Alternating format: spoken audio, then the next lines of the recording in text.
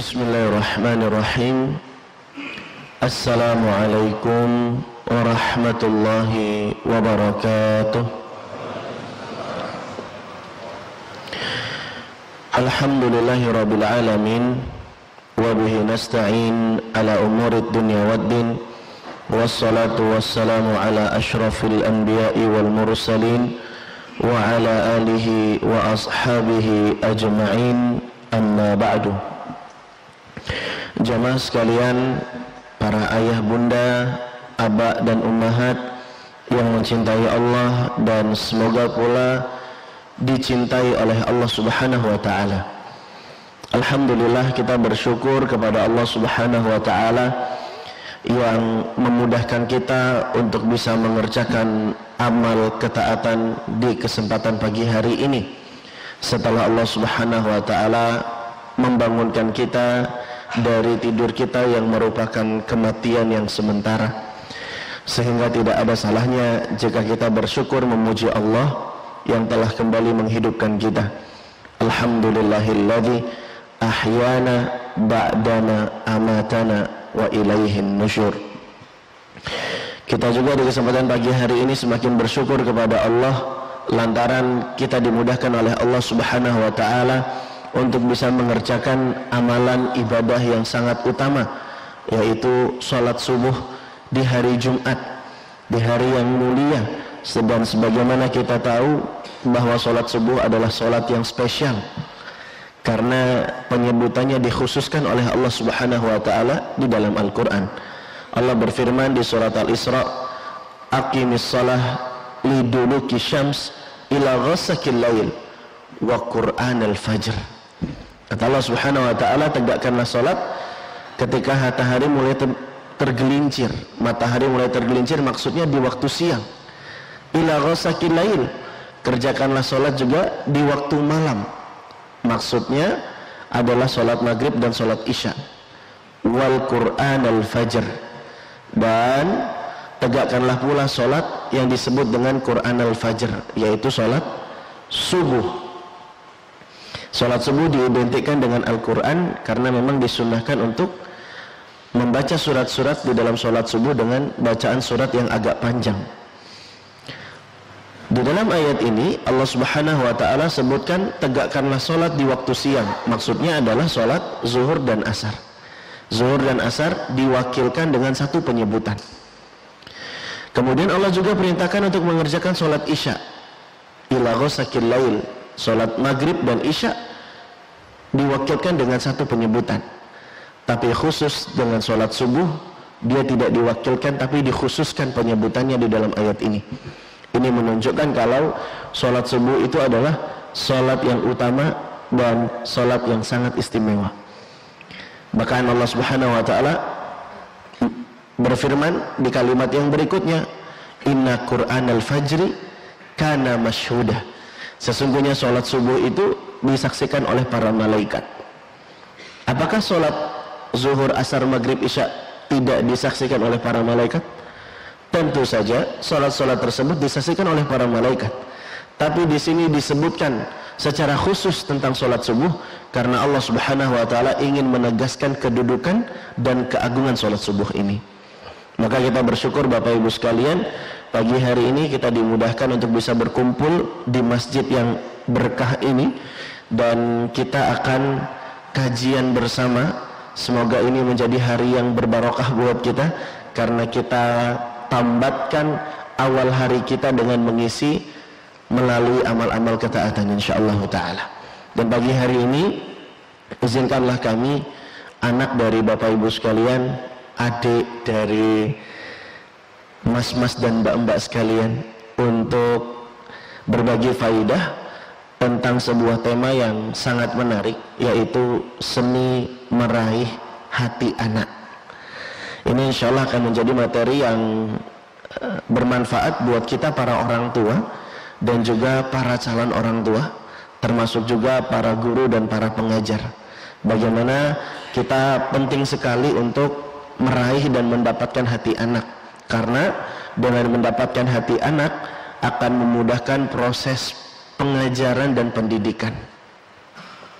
Bapak Ibu sekalian, para abah dan ummahat, jamaah semua yang dirahmati oleh Allah Subhanahu wa taala, sebagaimana kita tahu, ketika kita sudah bisa mendapatkan hati anak, maka nasihat-nasihat yang akan kita sampaikan tentu akan lebih mudah diterima insyaallah taala. Karena beginilah para ulama menyebutkan bahwa di antara kaidah supaya nasihat itu masuk dengan mudah adalah dengan mendapatkan hati orang yang kita nasihati terlebih dahulu. Apa dalilnya? Para ulama menyebutkan sebuah ayat di surat Luqman, surat ke-31, di mana di surat tersebut diabadikan nasihat-nasihat indah Luqman kepada anaknya.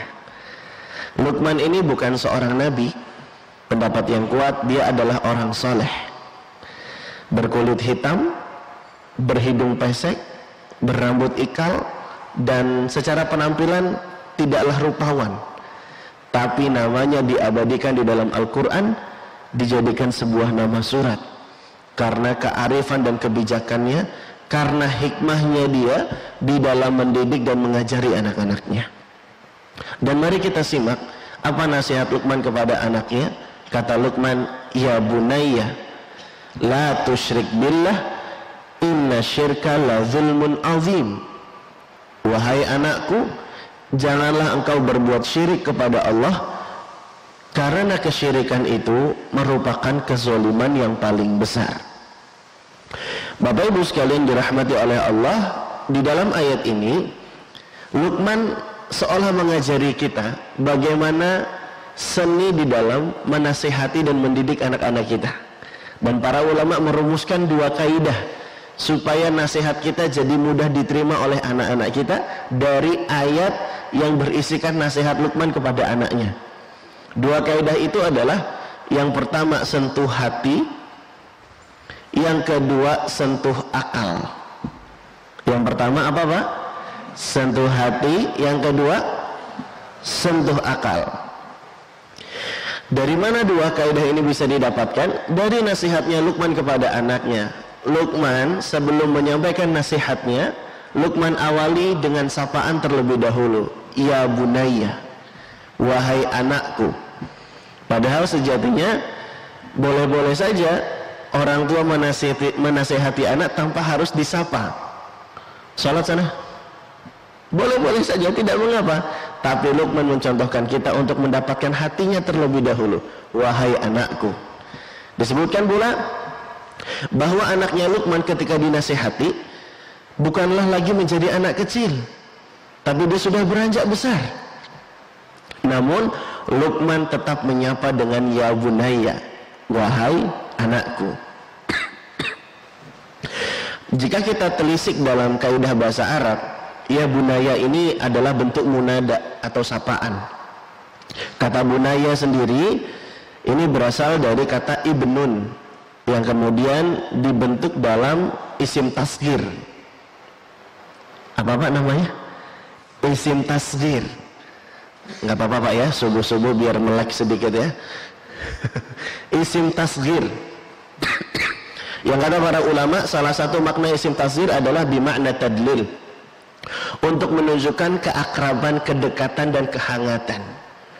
Sehingga dari sapaan ini ada upaya dari Luqman untuk menyentuh hati anak, mendapatkan hati anak terlebih dahulu sebelum memberikan nasihat dan pesan-pesan yang akan diberikannya.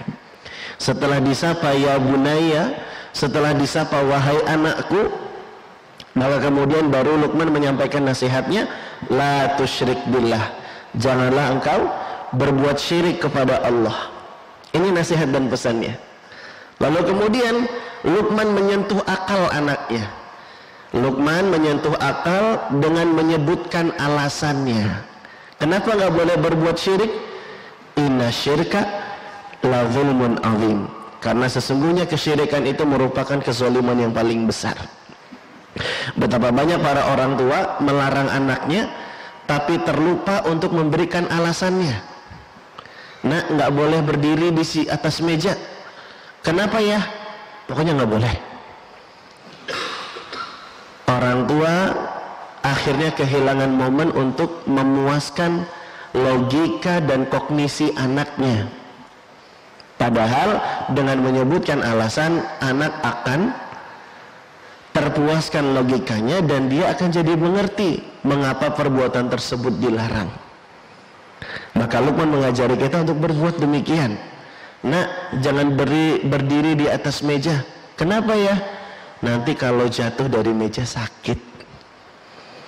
Sebutkan alasannya agar anak-anak kita paham. Wajar saja anak kita berulang-ulang melakukan larangan yang kita sampaikan. Karena apa?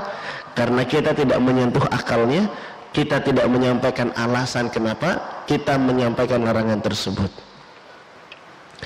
Sebagian orang tua menyebutkan alasan sih, tapi tidak berdasar dan tidak ada hubungannya. Nak, jangan duduk di depan pintu. Kenapa ya? Nanti istrinya berewokan. Nggak ada hubungannya. Justru mengait-ngaitkan sebab hubungan akibat yang tidak ada korelasi dan hubungannya, ini bisa jatuh ke dalam kesyirikan. Sampaikan saja, nak, jangan duduk di depan pintu. Kenapa ya? Karena akan menghalangi tamu. Tamu itu berkah, nak, buat kita. Nabi SAW suruh kita untuk menjamu tamu. Man kana yu'minu billah wal yawmil akhir falyukrim dayfahu. Siapa saja yang beriman kepada Allah dan hari akhir, maka muliakanlah tamunya. Maka nak, jangan di depan pintu supaya tidak menghalangi tamu. Nah, contoh-contoh semisal inilah yang menjadi teladan kita dari Luqman Al-Hakim. Bagaimana beliau menasihati anaknya dengan memenuhi dua kaidah. Yang pertama, sentuh hati. Yang kedua, sentuh akal.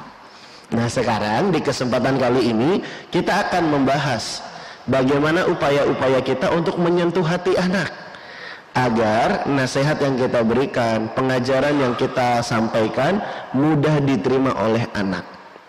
Karena Bapak Ibu sekalian dirahmati oleh Allah, upaya untuk menyentuh hati anak itu tidak hanya dengan sekedar sapaan saja, tapi ada banyak cara-cara yang lainnya yang telah diajarkan oleh Nabi kita, Nabi Muhammad Sallallahu Alaihi Wasallam.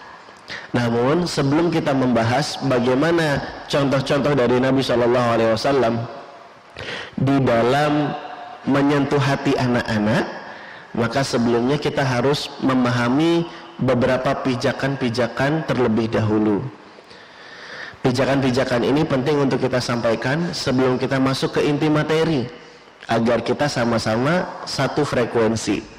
Pijakan yang pertama yang harus kita ketahui bahwa mendidik anak itu merupakan ibadah. Mendidik anak itu merupakan ibadah karena ini merupakan perintah dari Allah Subhanahu wa taala. Allah berfirman, "Ya ayyuhalladzina amanu qu anfusakum wa ahlikum nara."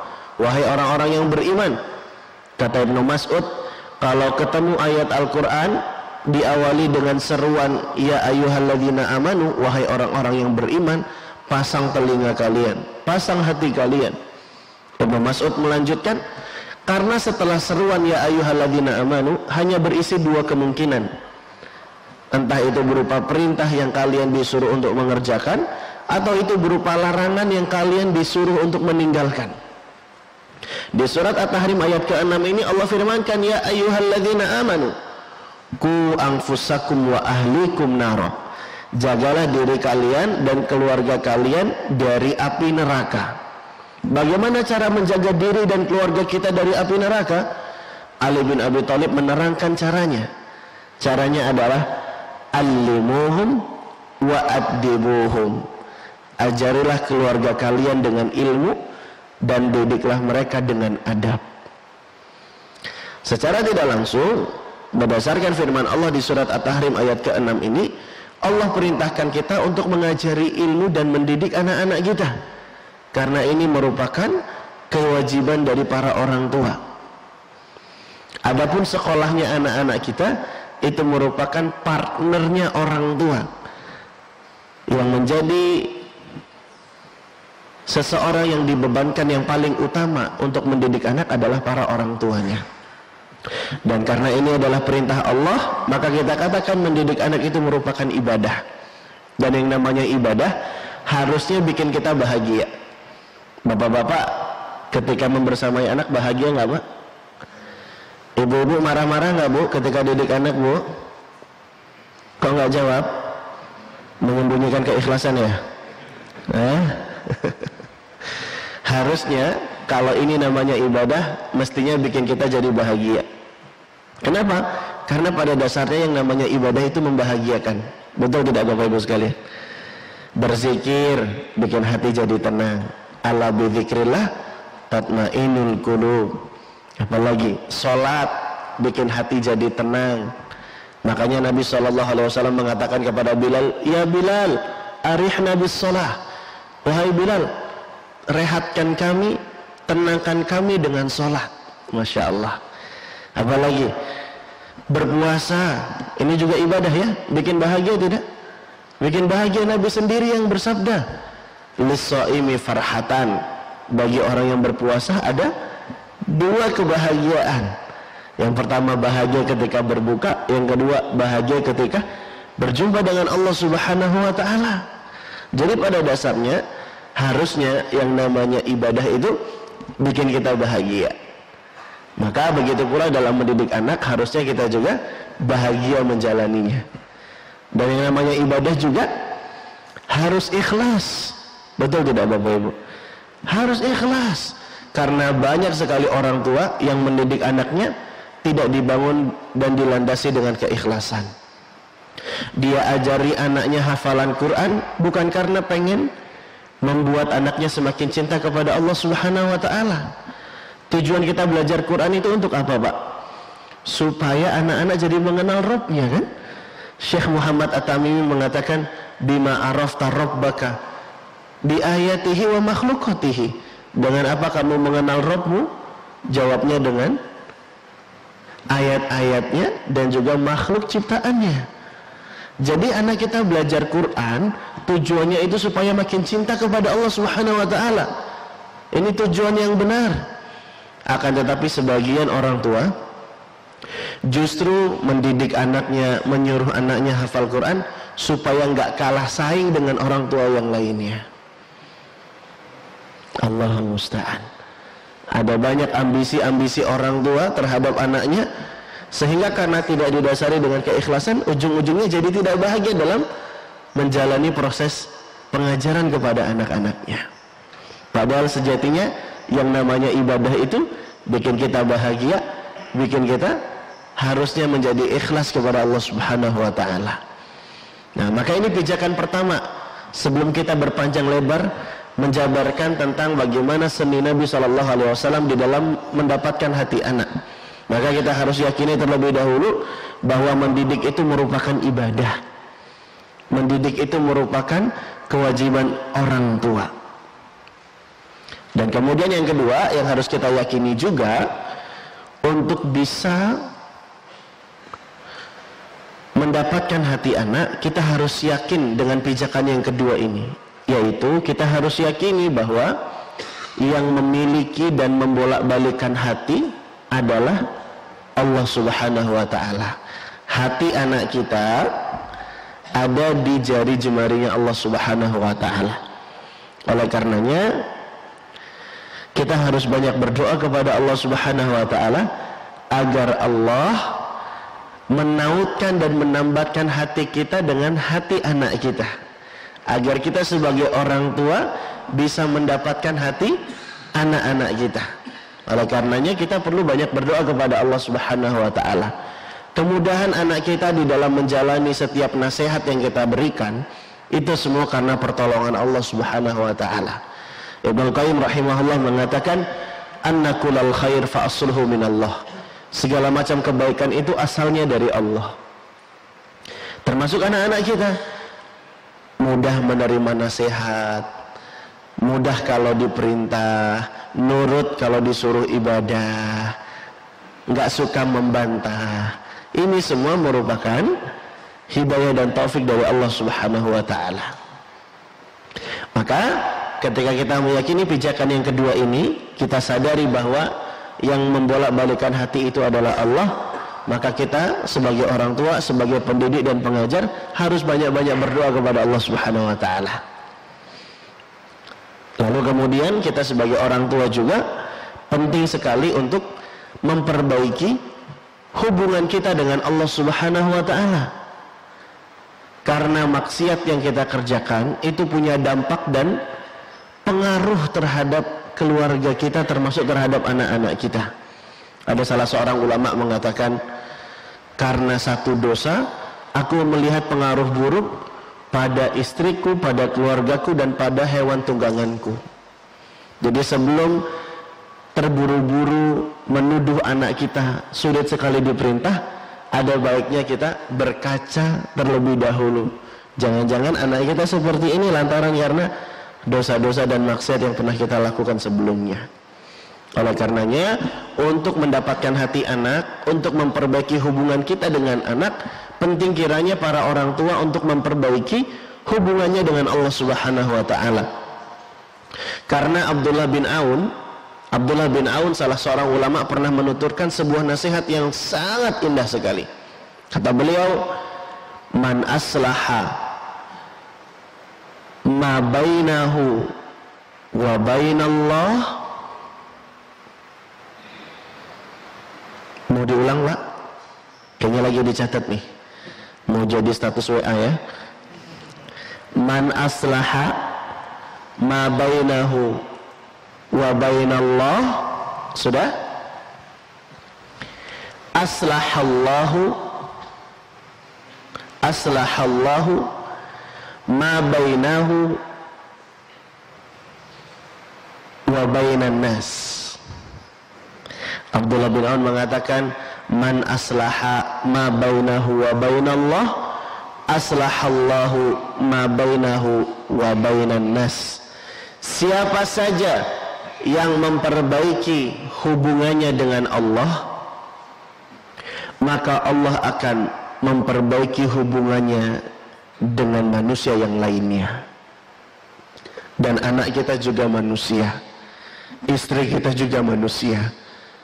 Allah akan perbaiki hubungan itu manakala kita berusaha untuk memperbaiki hubungan kita dengan Allah Subhanahu wa taala. Inilah dua pijakan penting Bapak Ibu sekalian yang kiranya mesti kita perhatikan sebelum kita berpanjang lebar membahas tentang seni bagaimana mendapatkan hati anak. Yang mana cara-cara untuk mendapatkan hati anak ini kita sarikan dan kita ambilkan sumbernya dari Nabi Sallallahu Alaihi Wasallam. Pijakan-pijakan ini kita perhatikan terlebih dahulu, lalu kemudian kita juga sudah pahami pentingnya untuk mendapatkan hati anak.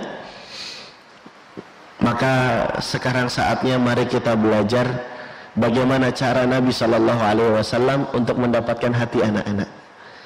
Nabi SAW itu kalau pulang dari perang, beliau langsung dikerubungi oleh anak-anak. Karena anak-anak kecil itu begitu sayang dan begitu suka dengan Nabi Muhammad SAW. Lalu sekarang mari kita pelajari bagaimana Nabi mendapatkan hati anak. Yang pertama, ada berapa ini ya? Saya sampaikan dulu di awal biar nanti terbayang gambaran isi materinya ya. Pada kesempatan kali ini kita akan sampaikan 4 cara Nabi Sallallahu Alaihi Wasallam di dalam mendapatkan hati anak. Ada berapa cara Pak? 4 cara yang Nabi Sallallahu Alaihi Wasallam ajarkan untuk mendapatkan hati anak. Yang pertama, dengan mengekspresikan rasa cinta. Mengekspresikan rasa cinta bisa dilakukan dengan cara mengucapkan kata-kata yang menunjukkan rasa cinta di hadapan anak-anak. Seperti halnya Nabi Sallallahu Alaihi Wasallam suatu kali pernah menggendong Hasan bin Ali, cucunya Nabi, di atas pundaknya.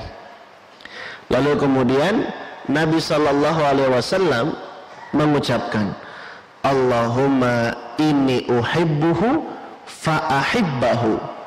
Ya Allah, sesungguhnya aku mencintai dia, maka cintailah dia.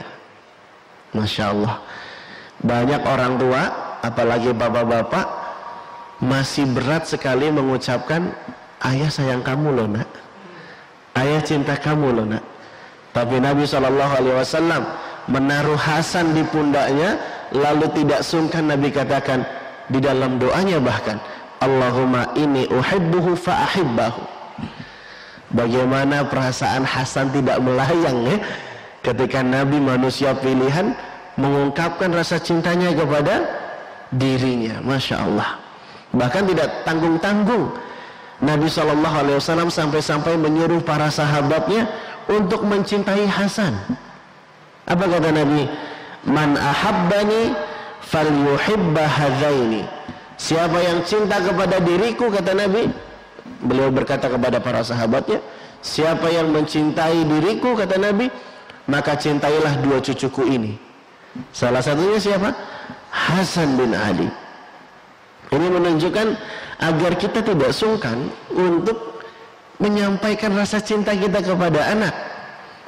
Bahkan Nabi SAW juga mengajarkan, ketika hendak menerangkan kepada Mu'adz bin Jabal sebuah doa yang selayaknya dihafal oleh kita semua di tiap akhir salam. Ada yang hafal Pak?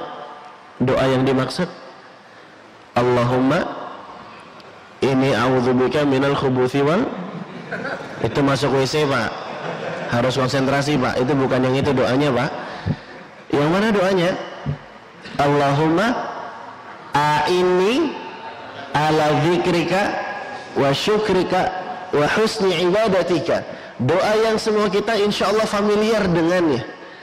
Tapi tahu tidak Bapak Ibu sekalian, kalau Nabi ajari hafalan doa ini kepada Mu'adz bin Jabal dengan memberikan muqaddimah dan menunjukkan rasa cinta beliau kepada Mu'adz bin Jabal. Bagaimana bunyi hadisnya? Nabi SAW berkata kepada Mu'adz bin Jabal, ya Mu'adz, wallahi inni la uhibbuk, wallahi inni la uhibbuk. Lihat Pak, perhatikan. Yang pertama, Nabi sapa namanya, ya Mu'adz, wahai Mu'adz. Ini menunjukkan Nabi juga berusaha menyentuh hati Mu'adz dengan menyebut nama sahabat tersebut. Ini juga pelajaran mahal buat para guru di sekolah. Kalau bisa menghafalkan nama anak itu lebih istimewa. Anak akan merasa tersentuh dari sedemikian anak-anak di sekolah ini, saya dihafal namanya. Nabi menghafal nama para sahabat, Nabi ucapkan dan Nabi sapa, ya Mu'adz, wallahi inni la uhibbuk. Nabi sampai bersumpah, demi Allah, inni la uhibbuk, sesungguhnya aku benar-benar mencintaimu. Pakai huruf inna, pakai lam taukid. Ini menunjukkan penegasan. Wallahi inni la uhibbuk. Gak cuma satu kali, dua kali Nabi ucapkan ini. Wallahi inni la uhibbuk. Demi Allah aku benar-benar mencintaimu. Baru Nabi sampaikan pesannya, la tada'anna, jangan sampai kamu tinggalkan membaca doa dubura kulli salatin, di setiap akhir salat, setiap dubur salat. Kalau ini bicara tentang doa, kata Syekh Utsaimin, berarti dibacanya sebelum salam. Tapi kalau bicara tentang kalimat zikir, kita jumpa hadis yang menyebutkan dubur sholah. Kalau bicara tentang zikir, maka makna dubur sholah di sini setelah salam. Begitu Pak ya, komprominya ya. Baik. Kita tidak berpanjang lebar membaca makna dubur sholat di sini, tapi yang pengen kita terangkan adalah Nabi ngajarin hafalan doa kepada Mu'adz bin Jabal dengan mengungkapkan rasa cintanya Nabi SAW. Wahai Mu'adz, demi Allah aku benar-benar mencintaimu. Demi Allah aku benar-benar mencintaimu. Pernah tidak Bapak Ibu kita bilang kalimat semisal ini kepada anak kita? Nak, ayah sayang banget sama kamu. Hafalin nak satu ayat nak subuh ini nak. Atau jangan-jangan kita malah menyuruh dengan emosi dan marah-marah. Hafal sana. Main aja. tapi bapaknya nggak ikut ngafal, sibuk WA-an. La haula wala quwata illa billah. Ini Nabi SAW ajarkan kita bagaimana membuat anak itu tersentuh hatinya, disapa, ekspresikan rasa cinta, sehingga anak-anak itu benar-benar tahu kalau orang tua menyuruh anaknya tersebut itu lantaran karena rasa sayang dari orang tuanya. Anak-anak yang tidak paham kalau dia diperintah oleh orang tua, dilarang dari sesuatu itu adalah untuk kebaikan dirinya, tentu akan jadi sebel sama orang tuanya. Tapi lihat bagaimana Nabi SAW menunjukkan rasa cintanya, menunjukkan rasa sayangnya, baru kemudian menyampaikan pesan agar sahabat ini tahu bahwa pesan yang disampaikan itu adalah tanda cinta dan sayang. Indah ya. Inilah ajaran Nabi SAW. Bahkan dengan seperti ini, anak yang disuruh menghafal akan merasa bahagia dengan proses menghafal Qur'annya. Justru yang kalau dimarah-marahin terus-terusan, bawaannya tegang kalau disuruh menghafal Qur'an, kita khawatir kita sebagai orang tua atau pengajar yang membuat anak-anak kita jadi trauma dengan Al-Quran, trauma ketika disuruh belajar. Kita tidak mengingkari marah itu diperlukan sesekali, ketegasan di dalam pembelajaran itu juga sangat-sangat diperlukan. Dulu Ibnu Abbas sampai-sampai mengkerangkeng Ikrimah biar disuruh belajar, ditegasi tidak masalah, tapi hukum asal di dalam pendidikan dan pengasuhan adalah dengan kelemah lembutan. Jangan sampai terus-terusan kita marah, emosi, kemudian membuat anak justru malah tidak nyaman ketika menjalankan perintah yang sedang kita utarakan. Ini Nabi SAW mengajari kita, ngajari hafalan doa kepada Mu'adz bin Jabal, tapi dengan menunjukkan rasa cintanya terlebih dahulu. Dapat faidah kita pagi ini. Nanti kalau nyuruh anak ngafalin doa, ngafalin zikir, ngafalin ayat Quran, jangan lupa tunjukkan rasa sayangnya. Nak, ayo belajar. Ayah sayang banget loh sama kamu, makanya ayah perintahkan ini biar kamu lebih pintar dari ayah. Masya Allah ya, ayahnya tawadhu sekali nih, biar kamu lebih pintar dari ayah. Ayah dulu sih cuma ranking 1 aja sih. Kok jadi sombong lagi, baru aja dibilang tawadhu. La haula wala quwata illa billah. Nah, ini upaya untuk menyentuh hati anak, yaitu dengan mengekspresikan rasa cinta. Bisa dengan kalimat verbal, artinya dengan kata-kata. Bisa juga dengan sentuhan ataupun ciuman. Ini juga menunjukkan rasa cinta dan sayang. Sebagaimana Nabi SAW, dia karena cinta kepada Hasan, maka Nabi itu mencium Hasan, cucunya. Al-Aqra bin Habis At-Tamimi yang tengah duduk di dekat Nabi, sahabat yang bernama Al-Aqra ini berkata kepada Nabi, sungguh aku itu punya 10 orang anak, tidak ada satupun yang aku ciumi. Apa kata Nabi?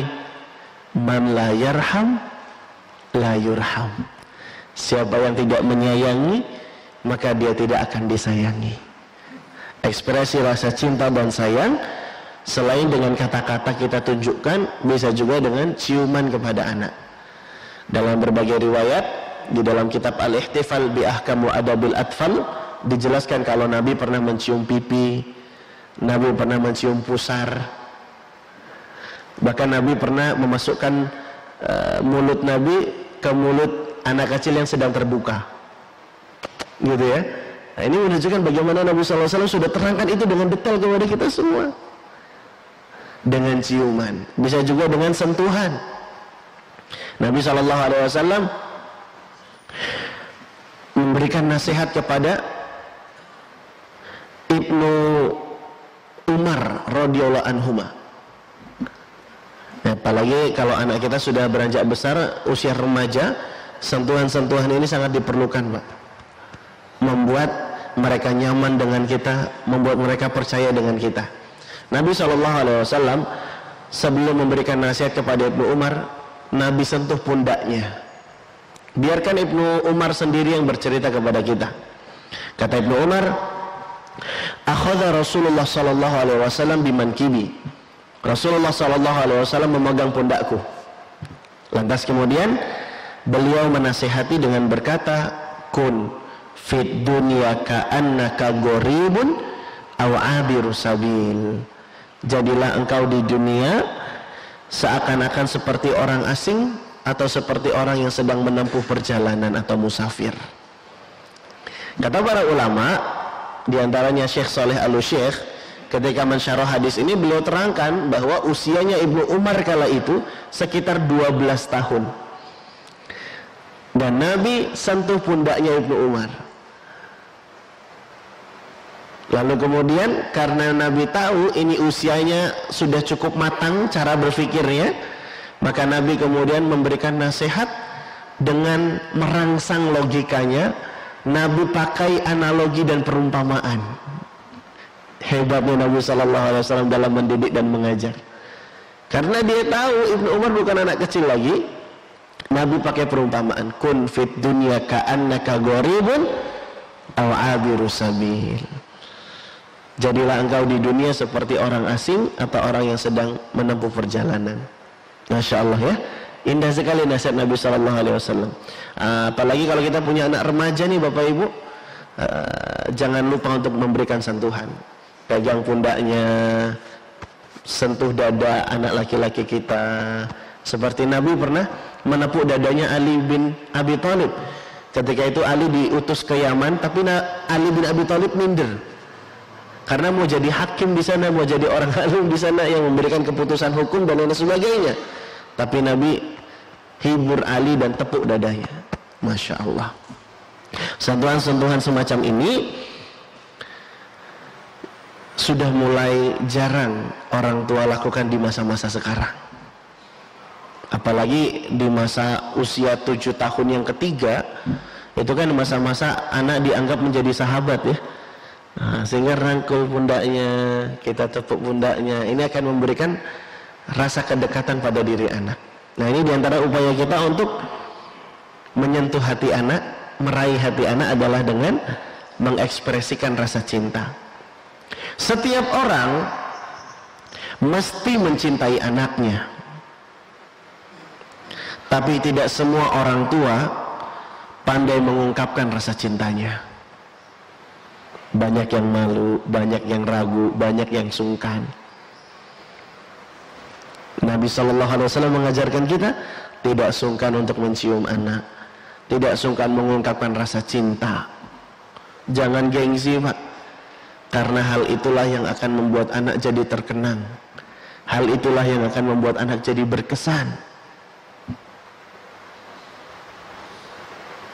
Pengalaman-pengalaman indah bersama orang tuanya, kedekatan dengan orang tuanya, inilah yang akan membuat anak itu menjadi berkesan dengan orang tuanya. Kalau anak sudah berkesan dengan orang tuanya Pak, dampaknya itu bisa luar biasa nanti. Ketika anak ini besar, bahkan sampai-sampai dia bisa berpaling dari ajakan berbuat dosa dan maksiat gara-gara teringat orang tua yang berkesan di dalam hati anak tersebut. Bapak Ibu tahu kisahnya Nabi Yusuf alaihissalam? Bagaimana beliau diajak bermaksiat oleh seorang wanita jelita, cantik parasnya, punya kedudukan. Apalagi yang mengajak untuk berbuat zina adalah perempuan itu lebih duluan. Walaqad hammat bihi wa hamma biha laula an ra'a burhana rabbih. Sungguh wanita itu berhasrat kepada Yusuf, dan Yusuf pun sebenarnya berhasrat kepada wanita tersebut, andai kata tidak melihat tanda dari Robnya. Jadi Nabi Yusuf juga seorang laki-laki yang tabiatnya suka pada wanita. Apalagi waktu itu Nabi Yusuf adalah seorang pemuda yang belum menikah, diajak untuk berbuat maksiat oleh seorang wanita. Kalau kita kira-kira gimana itu Pak? Berat sekali godaannya. Nggak usah dibayangkan ya Pak ya. Langsung saja ke inti ceritanya. Nabi Yusuf alaihi salam berpaling dari ajakan maksiat wanita tersebut lantaran melihat tanda dari Robnya. Ibnu Katsir dalam tafsirnya membawakan banyak riwayat yang menyebutkan tentang apa sih tanda dari Rob yang dilihat oleh Nabi Yusuf alaihissalam sampai-sampai dia bisa berpaling. Salah satu riwayat yang dibawakan oleh Ibnu Abbas radhiyallahu anhuma menyebutkan bahwa tanda dari Robnya yang dilihat oleh Nabi Yusuf alaihissalam adalah sosok sang ayah, yaitu Nabi Yakub, yang tiba-tiba hadir di benaknya dalam keadaan sedang menggigit jarinya. La haula wala quwata illa billah. Kira-kira Pak, anak kita nanti kalau sudah besar diajak temannya berbuat maksiat, bisa nggak dia teringat dengan kita, Pak? Ayah yang peduli dengan anak, ayah yang berkesan di dalam hati anak, ayah yang membimbing dan mendidik anaknya dengan baik, akan berpengaruh sampai sedemikian hingga sampai-sampai anaknya berpaling dari maksiat dan dosa karena teringat ayahnya. Masya Allah. Kok jadi sedih ya Pak ya? Kita lanjut Pak. Nah, ini seni meraih dan mendapatkan hati anak yang pertama, yaitu dengan mengekspresikan rasa cinta. Dan yang kedua, cara untuk mendapatkan dan meraih hati anak adalah dengan mengapresiasi anak-anak kita. Jangan sungkan untuk memberi pujian, jangan sungkan untuk memberi hadiah, karena ini akan bermanfaat untuk bisa mendapatkan hati-hati anak. Nabi SAW suatu kali menginap di rumah istrinya, yaitu Maimunah bintil Harith. Maimunah bintil Harith adalah bibinya Ibnu Abbas. Ketika Nabi sedang bermalam di rumahnya Maimunah, Ibnu Abbas itu menyiapkan sewadah air untuk Nabi bersuci. Nabi bangun di malam hari lalu tiba-tiba terkaget-kaget karena sudah ada yang menyiapkan wadah berisi air tersebut. Nabi tanya, siapa yang melakukannya? Ternyata dijawab Ibnu Abbas orangnya. Maka Nabi senang, Nabi apresiasi Ibnu Abbas, lalu Nabi doakan Ibnu Abbas. Apa doanya Nabi? Allahumma faqihu fiddin wa'allimhu ta'wil. Ya Allah, pahamkan ia dalam urusan agama dan ajarilah ia ilmu tafsir. Nabi apresiasi dengan mengucapkan doa. Masya Allah. Dan kita tahu bagaimana hasilnya. Ibnu Abbas menjadi sahabat yang sangat berilmu. Ibnu Abbas digelari dengan Habrul Ummah, tintanya umat ini. Dia juga digelari dengan Imam Tafsir, yang terdepan dalam ilmu tafsir. Bahkan Ibnu Abbas juga digelari dengan Turjumanul Quran, orang yang paling paham tentang makna Al-Quran. Ini diantara sebabnya adalah doa Nabi SAW. Kita tidak tahu doa mana yang dikabulkan oleh Allah, maka sering-seringlah apresiasi anak kita dengan doa-doa. Masya Allah, barakallahu fiik, gitu ya. Masya Allah, anak saleh ini jadi ulama nanti nih, gitu ya. Bahkan lagi marah pun Pak, apresiasi dengan doa ya Pak. Seperti ibunya Syekh Sudais, lagi nyiapin masakan, capek-capek, berkeringat, mengeluarkan banyak tenaga. Tiba-tiba Sudais kecil waktu itu menaburi sayuran atau masakan yang sudah dibuat oleh ibunya dengan pasir. Kira-kira marah nggak Bu? Lagi masak ditaburi pasir sama anak. Marah nggak Bu? Kalau di sini sih jawabannya enggak Kak. Tapi nggak tahu kalau di dalam realita nih Kak. Kayaknya nggak tak marahin, paling tak gitu ya. Ibunya Syekh Sudais, beliau tidak marah sampai memukul ataupun mencubit, tidak sama sekali, enggak. Ibunya Saifuddin justru malah mendoakan anaknya, "Idhab, pergi sana, dan jangan kembali sebelum engkau jadi imam haramain." Ini doanya Pak, lagi marah, doanya baik ya Pak ya. Akhirnya benarlah Saifuddin sekarang menjadi imam Masjidil Haram, bahkan menjadi koordinator imam haramain. Masya Allah. Ini kan menunjukkan kalau doa orang tua itu luar biasa. Maka jangan sungkan mengapresiasi anak-anak kita dengan doa. Masya Allah, semoga kamu bisa kuliah di Madinah nak, amin. Masya Allah, kamu berakhlak mulia nak, amin. Gitu ya. Gitu aja doanya, nggak apa-apa, nggak usah ditambah-tambahin kayak ayah ya nak ya, nggak usah. Pede banget ya. Mengapresiasi bisa dengan doa, mengapresiasi juga bisa dengan pujian-pujian. Nabi SAW pernah secara langsung memuji Ibnu Mas'ud. Kata Nabi, "Ya gulam, innaka gulam mu'allam." Wahai nak, sesungguhnya engkau adalah anak yang terpelajar. Ibnu Mas'ud mendapatkan pujian ini jadi sangat senang dan happy. Sampai-sampai beliau bilang, "Saya itu menghafal langsung 70 surat dari lisannya Rasulullah SAW." Karena diapresiasi Nabi, jadi sangat senang sekali. Jadi nggak masalah Pak memuji anak di hadapan anak, kalau memang itu bisa bermanfaat dan bertampak baik buat anak. Banyak anak-anak yang nggak pernah dipuji, nggak pernah diapresiasi, akhirnya dia tumbuh menjadi anak yang tidak pandai berterima kasih, tidak diliputi dengan rasa cinta dan sayang, tidak bisa menghargai orang-orang yang ada di sekitar. Ada kisah nyata, sepasang suami istri Pak, tinggal di Kalimantan. Mereka punya anak, anaknya perempuan, cerdas sekali, tapi nggak pernah dapat apresiasi dari ayahnya. Dia sekolah, dapat nilai baik. Ayah, ini nilaiku. Itu mah biasa. Nanti kalau kamu bisa ranking 1 baru hebat. Ayah, aku ranking 1. Biasa. Nanti kalau kamu lulus ujian nasional kelas 6, jadi yang terbaik, itu baru hebat. Ayah, aku udah jadi yang terbaik nih. Nanti itu mah biasa. Kalau bisa masuk SMP terkenal, baru kamu hebat. Ayah, aku udah masuk SMP terkenal. Biasa. Nanti kalau masuk SMA terkenal baru hebat. Ayah, aku udah masuk SMA terkenal. Biasa. Nanti kalau udah bisa jadi dokter baru hebat. Ayah, aku jadi dokter.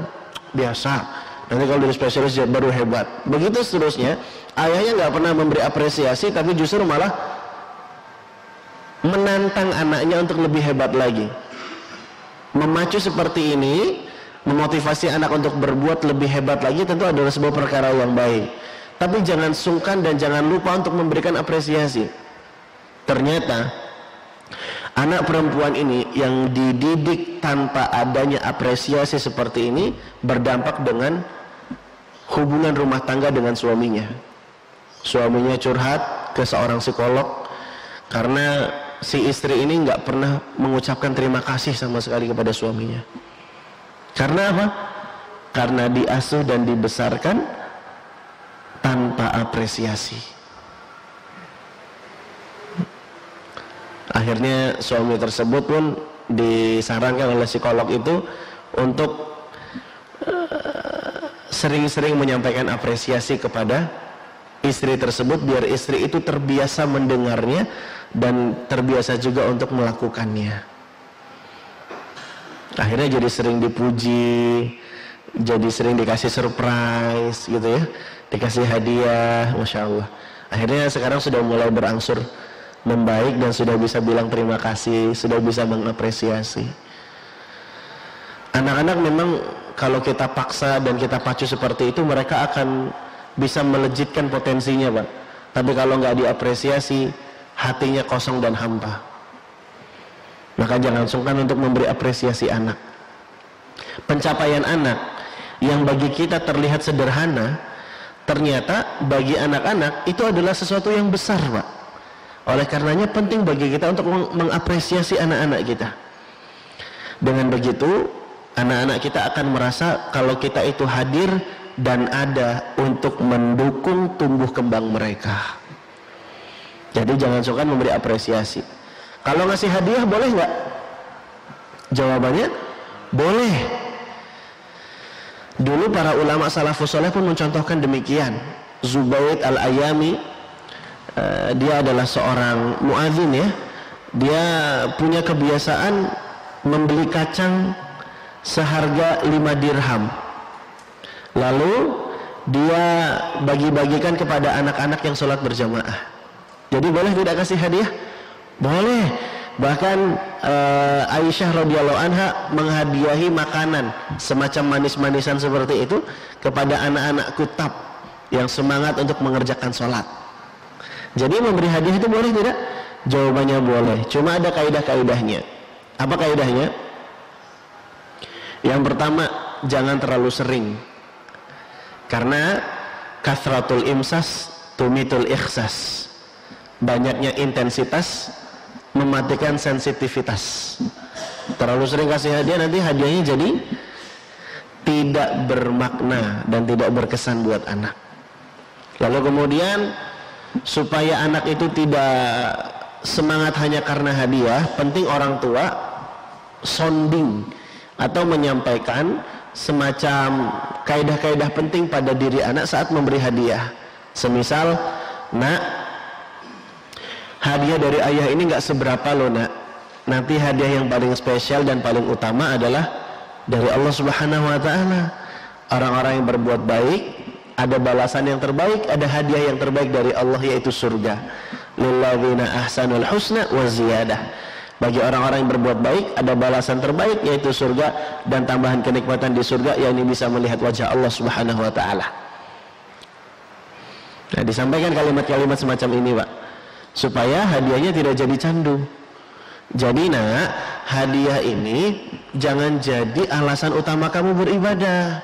Kamu ibadah tetap mengharap balasan dari Allah. Hadiah dari ayah ini cuma sekedar pelengkap saja. Nah, jadi dikasih panduan-panduan semisal ini, Pak, supaya anak tidak candu dengan hadiah. Karena banyak orang tua yang lupa sounding dan menyampaikan pesan-pesan kaidah ini, akhirnya anak-anak itu menjadikan hadiah sebagai syarat. Nggak mau puasa kalau nggak ada hadiahnya. Karena orang tua lupa menyampaikan pesan-pesan pentingnya. Kalau pakai uang boleh nggak? Boleh tidak, Pak? Ngasih hadiah dengan uang? Ada yang bilang boleh, ada yang bilang enggak. Terjadi ikhtilaf ini, beda pendapat di kalangan Jawa sekalian. Jawabannya, uang itu sama seperti hadiah. Boleh-boleh saja asal terpenuhi kaidah-kaidah yang kita sebutkan sebelumnya. Para ulama salafus saleh juga demikian. Ibrahim bin Adham, seorang ulama yang namanya sangat terkenal. Ibrahim bin Adham bertutur, qala li abi, ayahku pernah berkata kepadaku, utlubul haditha fa kullu ma sami'ta hadithan wa hafadtahu falaka dirhamun. Kata ayahnya, wahai Ibrahim bin Adham, carilah hadis. Setiap kamu dengar satu hadis dan kamu menghafalkannya, nanti aku akan berikan kepadamu 1 dirham. Akhirnya kata Ibrahim bin Adham, fatalabtul haditha ala hadha. Aku mulai mencari hadis lantaran karena motivasi hadiah 1 dirham ini. Jadi enggak masalah mau kasih hadiah uang juga, yang penting disampaikan soundingnya, disampaikan pesan-pesan dan kaidahnya kepada anak, maka insya Allah tidak akan menjadi candu bagi diri anak. Sampai jam berapa ini kajiannya? Baru dapat 2 kita ya. Baik. Yang ketiga, singkat saja ya. Kayaknya sudah mau sarapan ini soalnya. Yang ketiga, seni untuk meraih dan mendapatkan hati anak adalah menunjukkan perhatian dan sering bercanda dengan anak. Karena dunia anak itu dunia bermain ya Pak ya. Makanya menyenangkan mereka. Kalau menyeramkan itu bukan dunia bermain, tapi dunia lain ya Pak ya. Anak-anak suka bercanda karena memang begitulah anak-anak. Anak-anak suka bermain karena memang begitu karakter anak-anak. Syekh Ahmad Nasir At-Tayyar di dalam kitabnya Kaifa Turabbi Abna'aka menyebutkan karakter anak-anak di fase tufulah, yaitu hubbul la'ab wal marah, suka bermain dan suka berbahagia, suka merasa senang gitu. Emang itu udah jadi karakter anak. Jadi kalau ada anak main-main, nggak boleh kita bilang kalian sudah lalai dari mengingat Allah Subhanahu wa taala. Ada anak lagi main-main, bercanda itu mematikan hati. Enggak pas kita berkata seperti ini kepada anak kecil, karena memang karakter mereka seperti itu. Nabi SAW mengajari kita untuk bercanda dengan anak-anak. Dalam sebuah riwayat disebutkan oleh sahabat yang bernama Mahmud bin Ar-Rabi', kata beliau, aqaltu min Nabi SAW majjatan majjaha fi wajhi wa ana benu khamsi sinin min dalwin.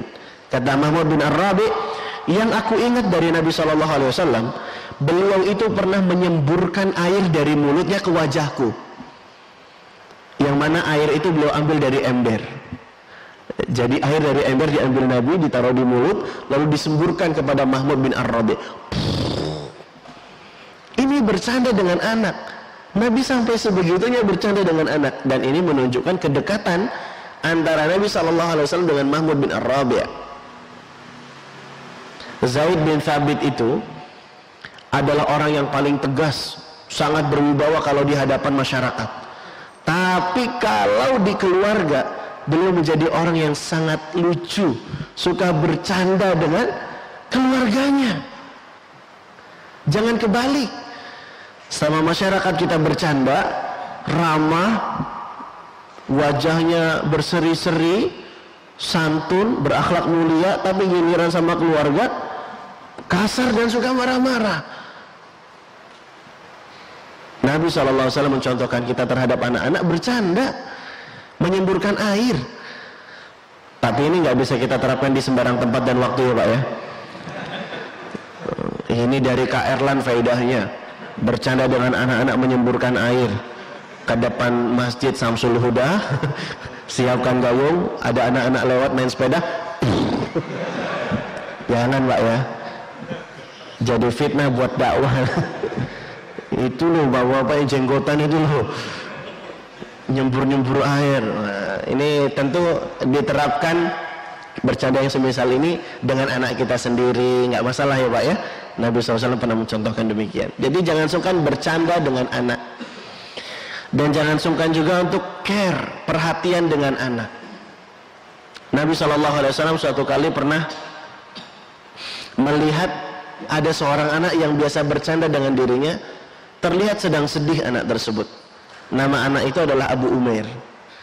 Nabi responsif, Nabi perhatian, Nabi sapa dia, ya Aba Umair, ma fa'ala Nughair. Wahai Abu Umair, ada apa tuh dengan Nughair? Kelihatan sedih, Nabi perhatian, Nabi sapa. Ini menunjukkan kalau Nabi itu responsif. Ditanya kenapa dengan Nughair, Masya Allah. Ini pelajaran berharga buat kita Bapak Ibu. Jangan cuek dengan anak kita. Anak kita sedih, kenapa adek gitu. Ini menunjukkan kalau kita responsif, perhatian dengan anak. Jangan sampai kita kalah responsif dengan gadget, dengan HP yang dipegang oleh anak-anak kita. HP yang dipegang anak-anak itu, kenapa mereka suka Pak? Karena HP itu responsif. Dipegang dia benak, disentuh dia bergerak gambarnya, dipijit-pijit bersuara, responsif ini Pak. Maka kita jangan sampai kalah responsif dengan gadget ataupun HP. Anaknya datangi, ayah, disentuh-sentuh, ayahnya diam aja. Ayah, dipegang-pegang, ayahnya nggak bersuara. Adapun kalau bersuara, sama umi sana, capek umi. La haula wala quwwata illa billah. Nabi SAW ajarkan kita untuk perhatian dengan anak-anak. Ya Aba Umair, ma fa'ala Nughair. Nabi itu perhatian Pak. Nabi itu suka ngajak ngobrol anak-anak. Bahkan ketika sedang membonceng Ibnu Abbas, seketika naik di atas kendaraan yang namanya bighal atau baghlah, ini peranakan antara kuda dengan keledai apa kedelai, Pak? Keledai ya. Kuda dan keledai. Ini peranakan dua hewan ini namanya baghlah atau bighal. Maka ketika naik di atas kendaraan, Nabi itu ngobrol dengan Ibnu Abbas. Bahkan Nabi sampaikan pesan-pesan yang sangat indah. Ya ghulam, inni u'allimuka kalimat, ihfazillaha yahfazka, ihfazillaha tajidu tujahak, idza sa'alta fas'alillah, wa idza sta'anta fasta'in billah, dan seterusnya. Panjang hadisnya, Pak. Wahai nak, aku ajari engkau beberapa kalimat. Jagalah agama Allah, maka Allah akan menjagamu. Jagalah agama Allah, maka Allah akan ada di hadapanmu. Jika engkau meminta, mintalah pada Allah. Jika engkau mohon pertolongan, mohonlah kepada Allah. Ini lagi di atas kendaraan, Pak. Bayangin perhatiannya Nabi untuk memberikan pesan-pesan kebaikan. Sedangkan kita, Pak, kadang kalau nganterin anak ke sekolah, diam aja. Keinget bisnis, keinget kerjaan dari atasan. Tahu-tahu udah sampai sekolah, bengong kita di jalan, Pak. Padahal Nabi mengajari kita untuk jangan jadi orang yang bisu dengan anak-anak kita. Ngobrol, Pak, bangun kedekatan, sampaikan pesan. Kata Syekh Adil Al-Hamdan Al-Ghamidi, Nabi ini pengajar terbaik, guru terbaik Nabi ini. Kenapa? Karena Nabi tahu psikologinya anak yang sedang berada di atas kendaraan, umumnya mereka itu merasa senang. Coba perhatikan, Pak. Anak itu kalau naik motor, naik mobil, naik sepeda, biasanya mereka itu senang. Ketika hati sedang senang, lalu diberikan pesan nasihat yang membawa pesan-pesan kebaikan, maka pesan tersebut akan mudah masuk pada diri anak. Makanya ketika nganterin anak ke sekolah, ini momen yang sangat indah ini, Pak. Momen yang sangat berharga untuk menyisipkan pesan-pesan itu kepada anak. Ini Nabi kita yang ajarin loh, ngobrol dengan anak ketika di atas kendaraan. Pesan apa yang sudah kita sampaikan kepada anak-anak kita? Sudahkah dengan obrolan-obrolan atau dengan tulisan-tulisan juga boleh, Pak, ya? Karena kitab Bulughul Maram itu, pernah tahu, Pak? Kitab Bulughul Maram, kitab hadis, kitab yang fenomenal itu, siapa sangka ternyata itu adalah hadiah dari Ibnu Hajar kepada putranya yang baru lahir. Dia tulis hadis-hadis sebagai panduan untuk bisa mengajari anaknya, yaitu seorang putra yang sudah dinanti-nanti sejak lama. Ibnul Jauzi menyusun kitab Luftatul Kabad fi Nasihatil Walad, berisi 18 bab. Isinya nasihat buat anak. Kita kira-kira sudah nyusun buku apa, Pak, buat anak kita? Kalau memang nggak lewat buku, nggak lewat tulisan, ya minimal ketika bersama dengan anak ngobrol di atas kendaraan, Pak, supaya kita jadi orang tua yang berkesan, yang bisa mendapatkan hati anak-anaknya. Dan yang terakhir, nah biasanya jadi semangat ini. Yang terakhir, nasi kotak sudah menanti di depan, Masya Allah. Yang terakhir, untuk mendapatkan hati anak adalah berlemah lembut dan tidak mudah marah. Nabi SAW sedang sholat, kemudian beliau bersujud sangat lama. Para sahabat bingung, keheranan, apa yang membuat Nabi kok sujudnya lama sekali. Selesai sholat baru Nabi menjelaskan, oh ternyata ada dua cucunya yang sedang menaiki punggung Nabi saat Nabi sedang sujud. Maka Nabi perlama sujudnya dan Nabi katakan, fakarihtu an u'ajjilahu hatta yaqdiya hajatahu. Aku enggan menuntaskan sujudku sampai mereka selesai dan puas menaiki punggungku. Masya Allah. Apa Nabi marah selesai sholat? Kalau lagi sholat jangan kayak gitu. Enggak, Nabi justru malah perlama sujudnya. Nabi biarkan cucunya bermain di atas punggungnya. Dan Nabi bilang, fakaritu an u'ajjilahu hatta yaqdiya hajatahu. Masya Allah. Bahkan pernah Nabi SAW suruh Anas bin Malik, seorang anak kecil yang menjadi pembantu Nabi SAW, Nabi suruh Anas bin Malik melakukan sebuah keperluan gitu ya. Tapi namanya anak kecil, di tengah jalan, di dekat pasar, dia lihat temannya sedang asyik bermain. Anas bin Malik pun mangkir dari tugasnya. Harusnya dia mengerjakan apa yang Nabi perintahkan, dia mampir main sama teman-temannya.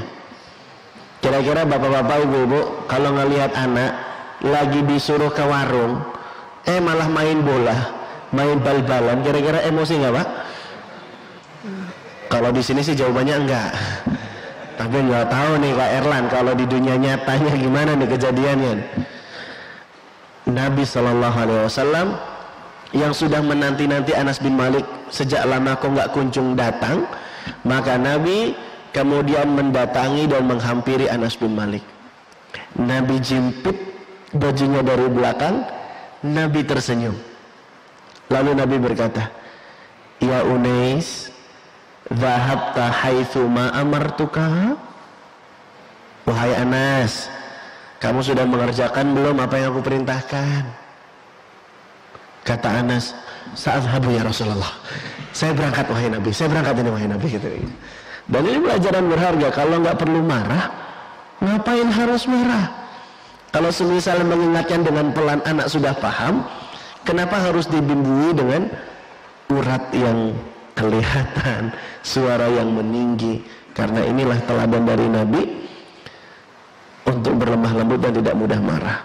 Nabi pernah marah nggak dalam menasehati? Jawabannya pernah. Tapi inilah konsep yang nggak dipunyai sama Barat. Di Islam ada yang dikenal dengan hikmah, bertindak di waktu yang tepat, di saat yang tepat, di tempat yang tepat. Nabi pernah marahi Usamah bin Zaid karena dia membunuh seseorang musuh yang sudah mengucapkan kalimat La ilaha illallah. Nabi pernah marah? Pernah. Kepada Abu Dzar Al-Ghifari, Nabi pernah marah? Pernah. Tapi hukum asalnya di dalam mendidik dan mengasuh adalah dengan kelemah lembutan. Indahnya ajaran Islam ya. Al-jam'u baina targhib wa tarhib, menggabungkan antara rasa harap dan takut. Nabi ajari kita tidak mudah marah sama anak, tapi Nabi yang suruh kita watribuhum 'alaiha wa hum abna'u asyris sinin. Pukullah anak yang enggak mau sholat ketika usia mereka 10 tahun. Nabi yang berlemah lembut dan tidak mudah marah kepada anak, tapi Nabi juga yang mengajarkan alikus saut, gantungkanlah cambuk di tempat yang orang-orang rumah itu bisa lihat. Ini menunjukkan sempurnanya pendidikan dalam Islam yang menggabungkan antara targhib dan tarhib, motivasi dan ancaman, rasa harap dan takut. Dan inilah akhir dari kajian kita di kesempatan kali ini. Semoga dengan 4 hal ini, apa saja tadi Pak ya, sampai lupa kita gara-gara lapar ya. Yang pertama, ekspresikan rasa cinta. Yang kedua, mengapresiasi. Yang ketiga, perhatian dan bercanda. Dan yang keempat, berlemah lembut dan tidak mudah marah. Kalau kita sudah terapkan 4 hal ini, insya Allah kita akan bisa mendapatkan hati anak. Kita sudah membangun kedekatan, membangun bonding, membangun keterhubungan. Sehingga pesan-pesan yang kita sampaikan semoga nanti bisa mudah diterima oleh anak-anak kita. Karena kaidahnya connection before correction. Pentingnya koneksi sebelum memberikan koreksi. Pentingnya membangun keterhubungan sebelum menyampaikan pesan-pesan kebaikan. Dan semoga Allah Subhanahu wa taala berikan kemudahan buat kita untuk menjadi orang tua yang baik kepada anak-anak kita, dan semoga anak-anak kita menjadi anak yang soleh dan solehah. Demikian yang bisa kami sampaikan di kesempatan pagi hari ini. Semoga yang sedikit ini bermanfaat. Subhanakallahumma wa bihamdika asyhadu an la ilaha illa anta astaghfiruka wa atubu ilaik. Wa sallallahu ala nabiyyina wa ala alihi wa ashabihi ajma'in. Akhiru da'wana anil hamdulillahi rabbil alamin. Tsumma assalamu alaikum warahmatullahi wabarakatuh.